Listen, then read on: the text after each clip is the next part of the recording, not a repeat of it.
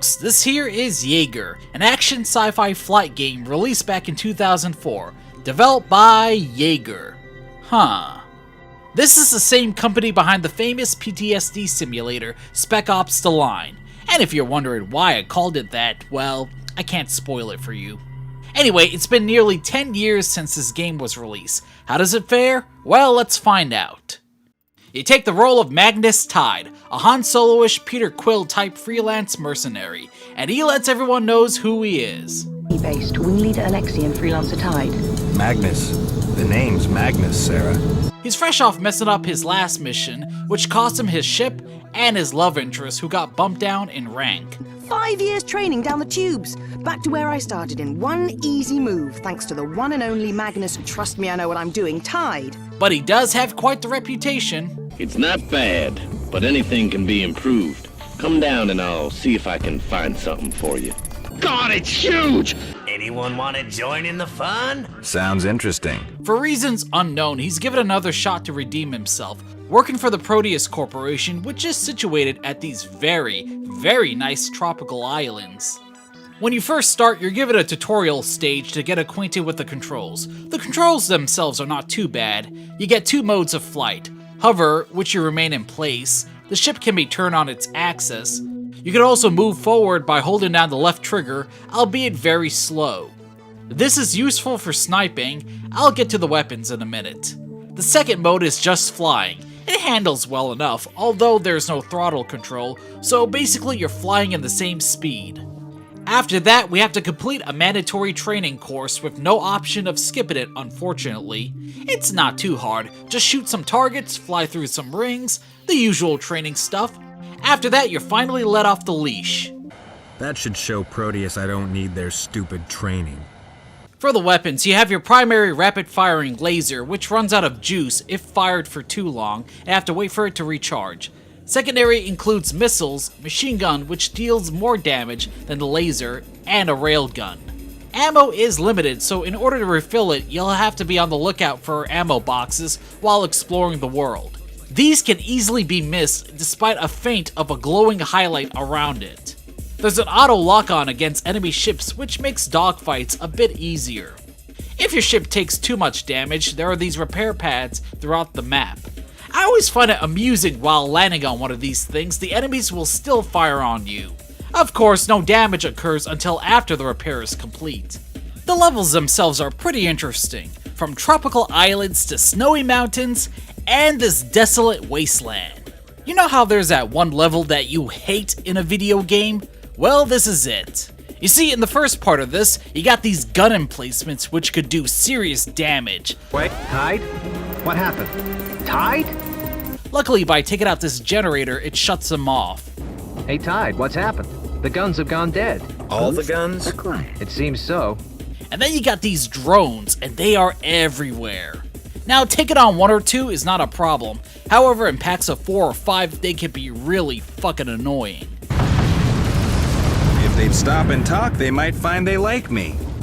And then you got this drone, which lays mines all over the map. One mine alone could take out a little more than half your health.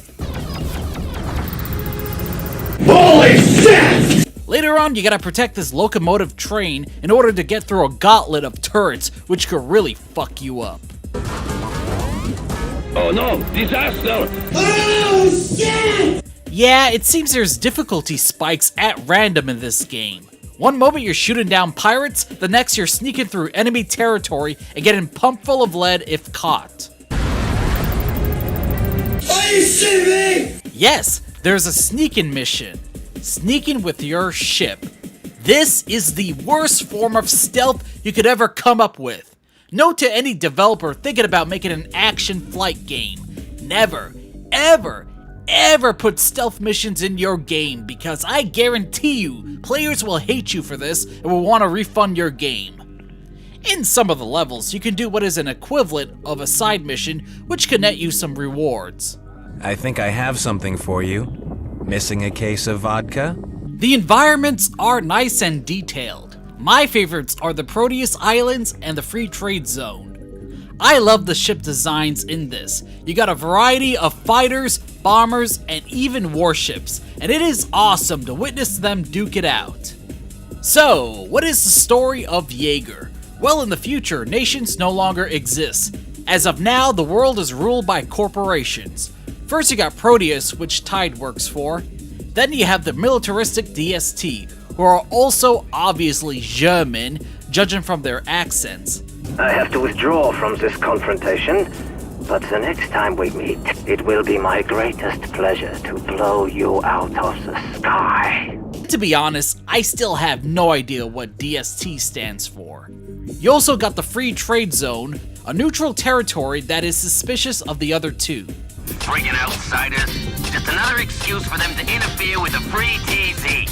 In the first half, you're just flying around, shooting down pirates, the usual merc stuff, until Proteus gets news of some mysterious artifact hidden in the ruins of Bitterfield. Don't tell me that Proteus didn't suspect the radiation was coming from an extraterrestrial source. It can't be that stupid. Not my job to speculate. This puts him in conflict with the DST. Perhaps he had a decent streak in him after all. He certainly saved us a lot of time and effort in tidying up. If there is an afterlife, Tide, watch over your shoulder. I will hunt you through time and space to exact my revenge. What's all the hubba about? Well, it turns out the DST were holding these ships capable of spaceflight. If I didn't know better, I'd say it was a giant hangar. It is Magnus. Only it's built by Daikin Space Tech. Thank heavens it didn't get into Van Berg's hands. Quite fascinating. 5 ships all capable of spaceflight. I smell a sequel that never happened.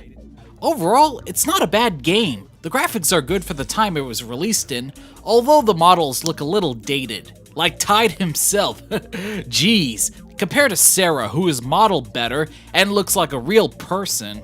Some of the missions are pretty fun. There's one where you're infiltrating a DST base using one of their bombers. Pretty cool. Incoming bomber! Move into locking position for automated entrance. Jawohl, Feldwebel. It's Commandant, idiot!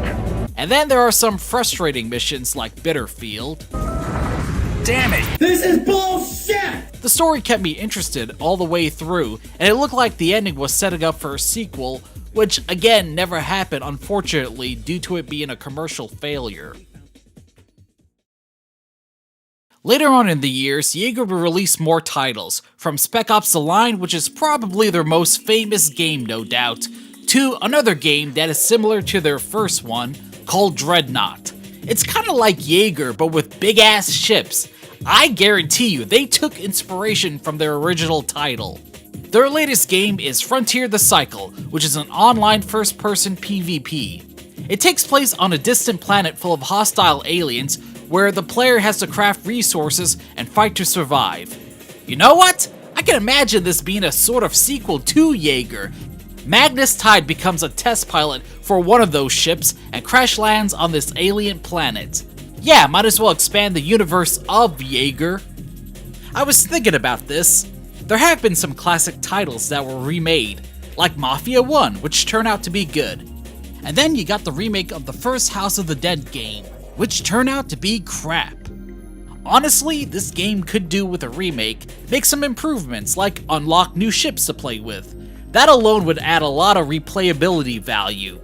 Honestly, it surprised me that there are no ship selections. It would be cool to see how a pirate fighter or a DST fighter would fare in a dogfight. Also, since we're playing as a mercenary, why not earn some money? From completing main missions and even side missions. We can use that cash to buy new weapons, upgrades, hell, how about stylizing our ships? For example, give it custom decal designs. That's just my thoughts on a remake. Surprisingly enough, this game is not available on Steam, yet all other of Yager Studios' titles are here. What a bummer. So if you want to check this game out, you're gonna have to hunt down either the PC or Xbox copy, or an emulator might work.